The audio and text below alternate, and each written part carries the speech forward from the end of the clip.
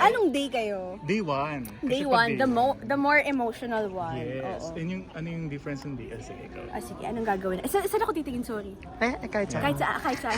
Gia, first of all, congratulations. Ang galing mo mag-host. Ay, thank Here you and po. there, grabe din talaga yung growth, no? Salamat And pinag-usapan din yung SB19 dunking doon at dahil ikaw yung host doon. Thank you po. Yeah, how do you feel working with them na ikaw yung nag-host and anniversary pa nila? Ako kasi I've always really believed in them since the start. So I feel so happy na naging part ako nung 6th anniversary nila. Minessage ako na ni Kuya Yani, the Diyos of Onesie. Tinatanong niya, free ka ba ng October 26, 27? Day 1 pa lang ina-announce, sabi niya, hindi, magkaka-day 2, book ka na namin. So ako parang, okay, sige, ganun. So parang, I felt so happy na they really wanted me there and that they trusted in what I can do para dun sa gabing yun. Kasi sa totoo lang, silang 5 naman, kaya na nilang sila lang eh. Kasi diba, ang grabe naman yung personalities nila. Si Stel pwede na maging host yun eh. So ako parang feeling ko, kailangan pa ba ako dyan? Pero nung dahil nga parang talagang pinush nila na maging part ako, na feel ko na, okay, I'm wanted here and I'll do my best para mapaganda pa lalo. Like, magiging maganda naman yun with or without me. Pero parang tatry kong makaambag dun sa fun.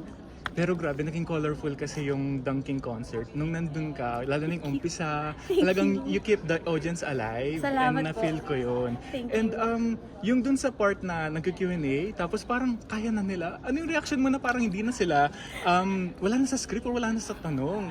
Lalo Kung na si alam Stel. nyo lang, kung pwede ko lang i-share yung script kung gaano siya, kung gaano nakalayo yung nangyayari. Kasi talagang, yun Hindi naman naman maganda siya- doon. Kasi hindi siya concert lang eh. Tama. Fan meet Fan siya. So, going into the program, we all knew na ang goal namin is to make everyone happy.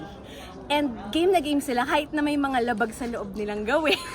Ginagawa talaga nila. Nagugulat sila. At gusto ko yung, parang before the show kasi, in-empower nila ako eh, na hindi, sige, kulitin mo lang sila, sige lang. So, lumakas yung loob kong mamilit kapag ayaw nila, or may pagawa sa kanilang, alam ko kasing matutuwa yung fans. So, yun lang naman yung nangyari. And masaya ako na sobrang game din kasi talaga yung SB19, tsaka yung buong team nila, and si Direk Prati.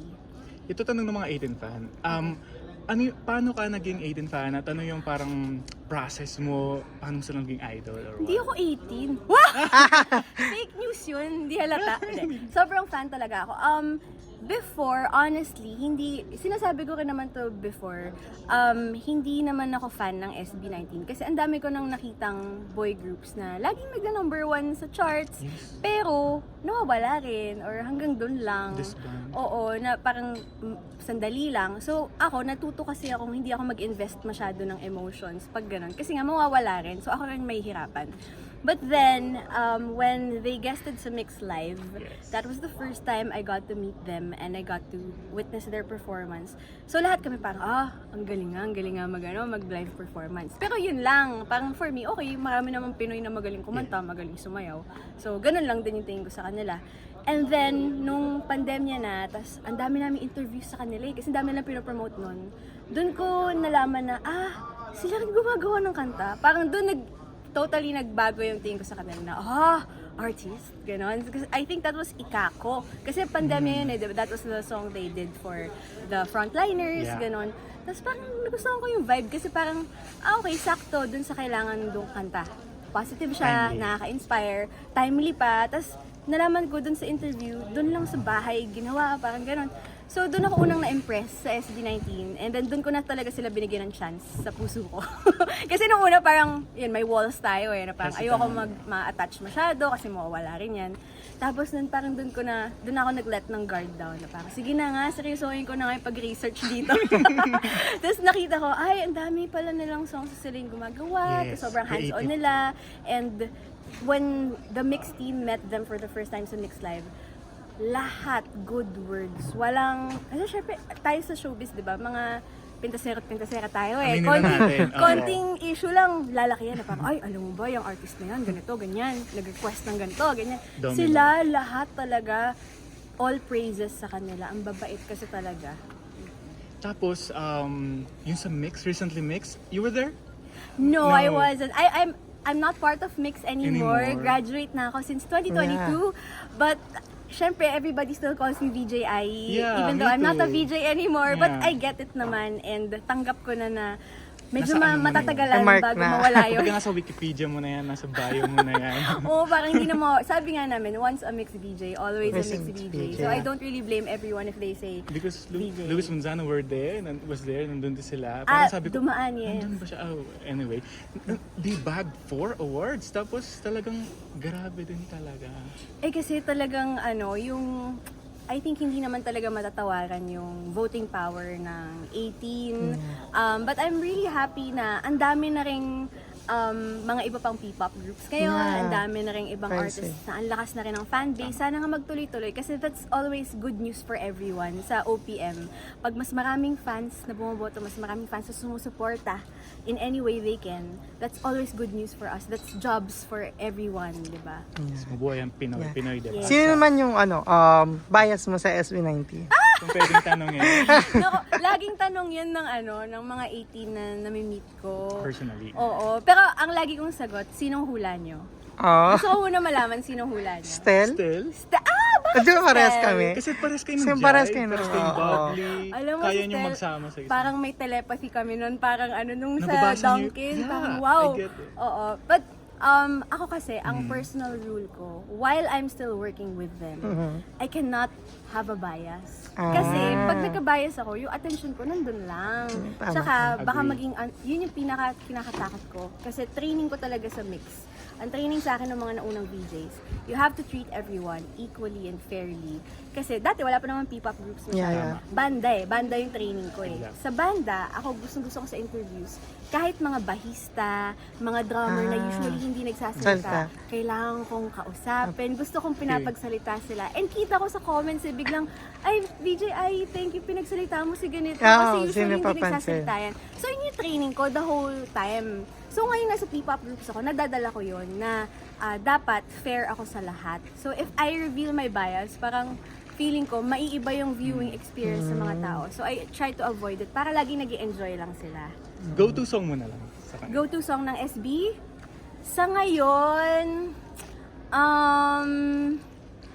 I think dahil ngayon kasi medyo fresh yung Kalakal. With Glock 9. Oo, Yeah. lalo na kaka-present lang sa kanila ni Glock 9 ng Artist of the Year. So Yeah. parang ang ganda Wow. na, I'm sure, idol lang naman nila si Glock 9 before. Tapos ngayon, kakolab na nila, nag-present pa lang award sa kanila. For So ang Artist ganda, of ang the ganda nung vibe eh. Tsaka ang angas ng lyrics eh.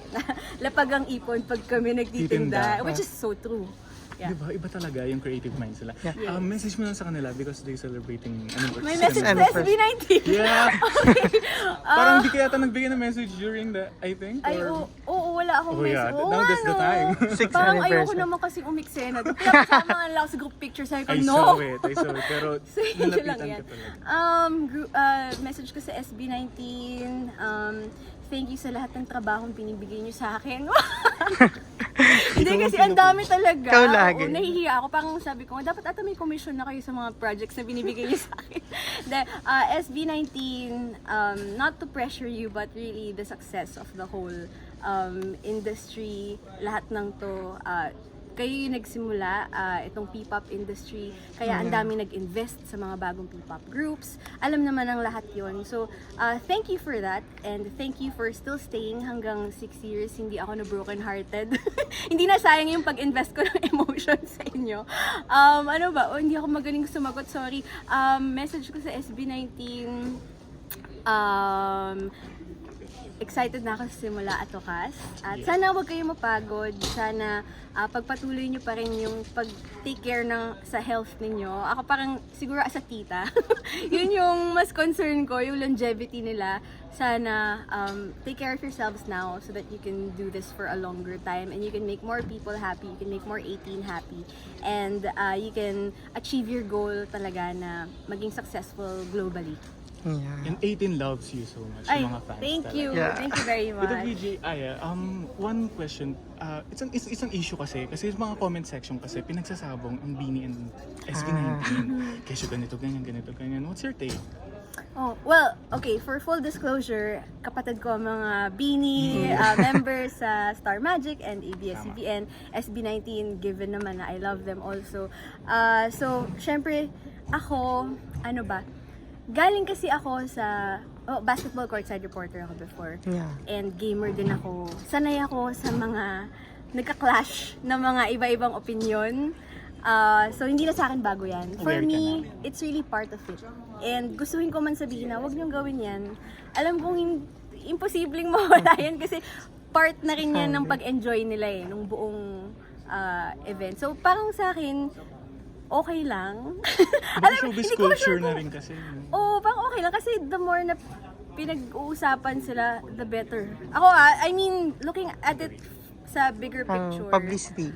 Oo, kasi mas umiingay. Maingay, viral. Tsaka kapag kunwari may mga taong, kesa dati na walang pakialam yung mga tao sa P-pop, at least ngayon, Yeah. bini ka ba, SB19, o kung Nakikurious sino, din sila. o diba? So at least, nakaka-draw yun ng more people. So ako, I just look at the bright side na ganun. Pero syempre, at the end of the day, for me, kung ano nagpapasaya sa'yo, gawin mo. Kung ano nagpapasaya sa ibang tao, hayaan mo sila. Diba? Parang for me, to each his own. Let other people be happy para mas happy ka rin. Huwag mo nang pakialaman kung ano yung nagpapasaya sa kanila. Ganun. Yeah. Ayan. Ito naman last na, syempre yung mention kanina, creative minds nga ng SB19. And recently lang nagkaroon ng movie si Pablo, yung Una. Have you watched the Una? Kasi nung nirelease niya, nasa Japan ako. Tapos parang hindi ko na naabutan. Exclusive and Robinsons Hihingi lang na lang siya. ako ng kopya. joke lang. Piracy. No to piracy. Oh, sayang. Pero gusto ko sana mapanood nga. Kasi manghang-mangha ako sa utak ng taong yun. Yeah. Iba-iba din kasi mga naging reaction dun sa short film. Talaga? Yeah. Hindi ko pa nakikita. Oo. Pero yun, for me naman, basta kung dun siya masaya, hayaan nyo siya. Kung may mga nag-enjoy doon na fans, edi go. Kung may hindi, hayaan nyo rin sila. Kanya-kanya yan. Yeah. Any gigs or show that they can watch your Kasi as a host, yung mga gigs ko, hindi ko gig. Ah. So I can't reveal. Kasi, di ba, syempre, hindi naman, it's not for me to announce. But yeah, thank you so much na lang for supporting OPM. And also, if you want to follow me, I'm at AI De La Cruz, AI De La Cruz everywhere, except on TikTok, AI De La Cruz 22. Sana po, follow niyo po ako. Thank you. Thank you Thank you. so What are your much.